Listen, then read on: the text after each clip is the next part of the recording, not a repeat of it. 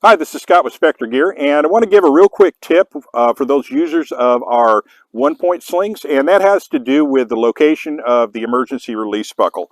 All of our one-point slings come with an emergency release buckle, and I actually caught myself doing this when I was reviewing a video I was doing, and I realized I wasn't paying attention when I put the sling on, and I ended up with the emergency release buckle right up here. And it's something that can happen to any of us, and since the emergency release buckle actually is an important part of the sling, it's kind of important to keep track of where that is when you're putting the sling on. What I like to do is I like to keep it under my armpit on my off side. So if I need to get out of the sling, I don't have to I know exactly where it's at. Kind of like with all of our gear, we like to keep it in a consistent spot so when we need it, we know where it's at.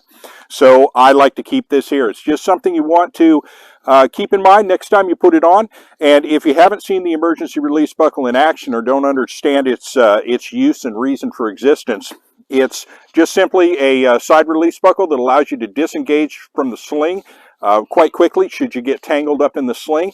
And that's easy to do if you're negotiating through a structure or you're moving through a forested area. It's easy to get hung up on the sling.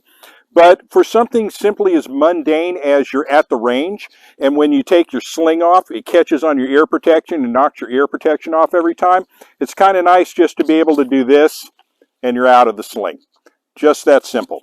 You can put it back together later if you want. Nice thing also about most of our one-point slings is they also have a second one, and that's the actual connection point to the gun itself.